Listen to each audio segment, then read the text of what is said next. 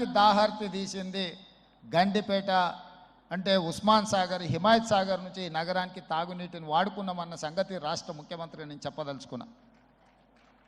ఈ ప్రజలకు కోట్లాది మంది దాహార్తిని తీర్చే ఈ యొక్క చెరువులను శ్రీమంతులుగా గొప్ప వ్యక్తులుగా ఉన్న వాళ్ళు వాటి పక్కనే ఫామ్ హౌజుల పేరు మీద నిర్మించుకొని వాళ్ళ డ్రైనేజ్ కాలువలు తీసుకెళ్ళి గండిపేటలో కలిపినారు.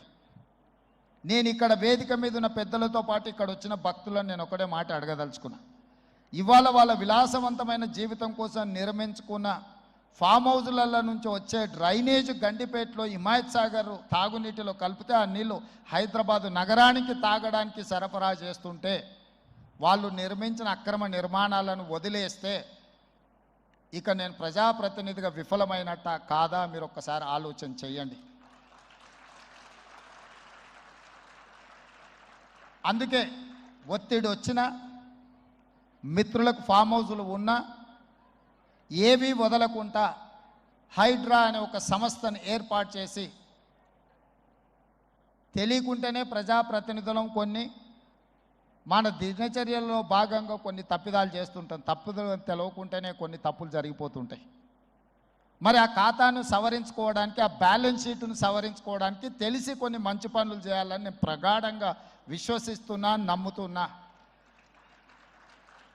ఆ తెలిసి చెయ్యాలనుకుంటున్న మంచి పనులో భాగము ఈ చెరువులను చెరబట్టిన వాళ్ళ నుంచి విముక్తి కలిగించాలన్న ఏకైక లక్ష్యంతోనే ఈరోజు చెరువులను ఆక్రమించుకున్న వాళ్ళను ఎవరిని వదలకుండా ఉక్కు పాదంతో అణిచివేయాలన్న ఆలోచన, అందులో నిర్మాణాలను ఏ ఒత్తిడి వచ్చినా వెనక్కి తక్కకుండా తొలగించాలన్న ఆలోచనతోనే ఈరోజు ఈ చెరువులలో ఉన్న అక్రమ కట్టడాలను కూలగొడుతున్నాము. దీనికి స్ఫూర్తి భగవద్గీత అనే కురుక్షేత్ర యుద్ధ సందర్భంలో అర్జునుడు ఆయుధాలను కింద పడేసి రాజ్యం కోసం భీష్మ పితామహుడు, అదేవిధంగా కర్ణుడు, దుర్యోధనుడు, దుశ్శాసనుడు నా సహోదరులందరూ ఆ పక్కన నించుంటే రాజ్యం కోసం వాళ్ళందరినీ సంహరించడం, వాళ్ళని సంహరించి రాజ్యాన్ని సాధించుకోవడం ద్వారా ఏమి ఉంటుంది, ఏం మనశ్శాంతి వస్తుంది అని చెప్పి అర్జునుడు యుద్ధతంత్రం నుంచి తప్పుకుంటా అన్నప్పుడు శ్రీకృష్ణ భగవానుడు బోధించిందే భగవద్గీత. చంపేదెవరు, చంపించేదెవరు, లోక కళ్యాణం కోసం నీ బాధ్యతను నెరవేర్చాల్సిందే. ధర్మం బ్రతకాలి, అధర్మం ఓడాలి అంటే నువ్వు యుద్ధం చెయ్యాల్సిందే అనే యుద్ధనీతిని ఆ రోజు అర్జునుడికి బోధించింది శ్రీకృష్ణ భగవానుడు. ఇవాళ ఆ శ్రీకృష్ణ భగవానుడి బోధనానుసారమే ఈరోజు ఈ చెరువులను కాపాడే కార్యక్రమాన్ని నేను తీసుకుంటున్నా. నాకు తెలుసు ఈ చెరువులలో నిర్మాణమైన విలాసవంతమైన ఫామ్ హౌజులు ప్రభుత్వాన్ని ప్రభావితం చేయగలిగిన స్థానాలలో ఉన్న చాలామంది వ్యక్తులు ఉన్నారు. ప్రత్యక్షంగా ప్రభుత్వంలో భాగస్వాములు అయి ఉండొచ్చు, లేకపోతే సమాజం మీద బాగా ప్రభావితం చేయగలిగిన వ్యక్తులు ఉండొచ్చు. కానీ వాటన్నిటినీ నేను పట్టించుకోదలుచుకోలే. ఇది భవిష్యత్ తరాలకు, ఇది రాజకీయాలకు సంబంధం లేదు. నేను స్పష్టంగా చెప్పదలుచుకున్నా.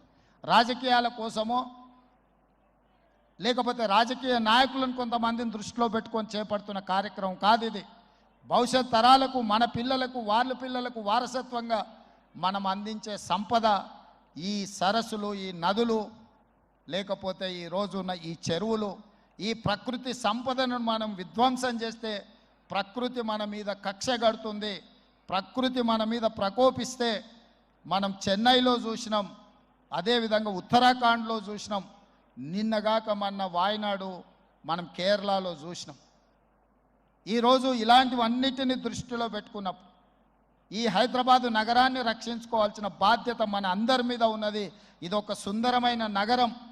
ఈ నగరానికి ఈ చెరువులే ఒక అందం.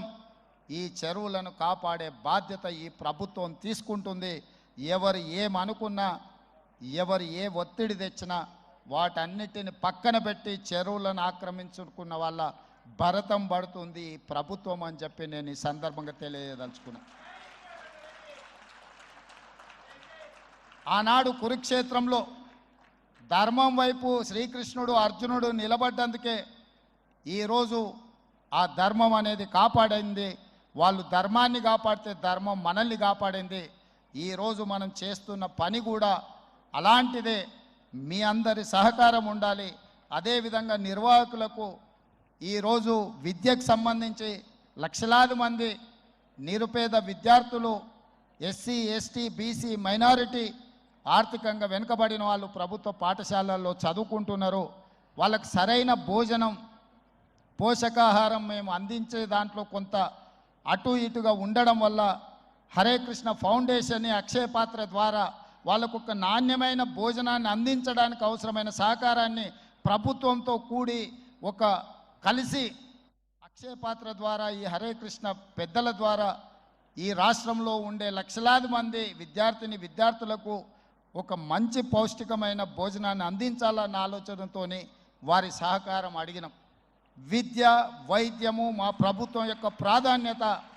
ఇవాళ గ్రామీణ ప్రాంతాల నుంచి వైద్యం కోసం హైదరాబాదులో ఉస్మానియా, గాంధీ, నిజాం, అదేవిధంగా క్యాన్సర్ హాస్పిటల్స్కి సుదూర ప్రాంతాల నుంచి పేదవాళ్ళు వస్తున్నారు. ఆపత్తిలో వచ్చిన తర్వాత ఆకలి ఎలా తీరాలనో వాళ్ళకి తెలీదు. ప్రభుత్వం నిర్వహిస్తున్న కార్యక్రమాలు వాళ్ళకి చేరడానికి కొంత ఇబ్బందికరమైన పరిస్థితి ఉంది.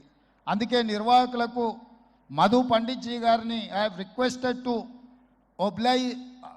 To accept this Osmania, Gandhi, NIMS and cancer hospital, wherever the needy people are there. I need your support to serve their food. అక్కడ కావాల్సిన మౌలిక వసతులన్నీ ప్రభుత్వం ఏర్పాటు చేస్తుంది. వాటిని నిర్వహించడం, ఒక నాణ్యమైన భోజనాన్ని వాళ్ళకు అందించడానికి మీ వైపు సహకారం ఉండాలి.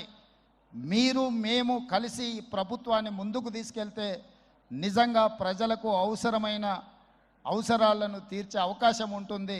తప్పకుండా హరే రామ హరే కృష్ణ సంస్థ నుంచి చేపట్టే ప్రతి కార్యక్రమానికి మా ప్రభుత్వం వైపు నుంచి సంపూర్ణంగా మద్దతు ఉంటుంది. ప్రభుత్వం చేపట్టే పథకాలలో కూడా అవసరమైన దగ్గర మీ సహకారాన్ని మేము ఆశిస్తున్నాం. మీ సహకారం ఉంటే ఈ ప్రభుత్వం ఒక ఆదర్శమైన రాష్ట్రంగా తెలంగాణ రాష్ట్రాన్ని తీర్చిదిద్దుతుందని తెలియజేస్తూ మరొకసారి భక్తులకు, దాతలకు, నిర్వాహకులకు అభినందన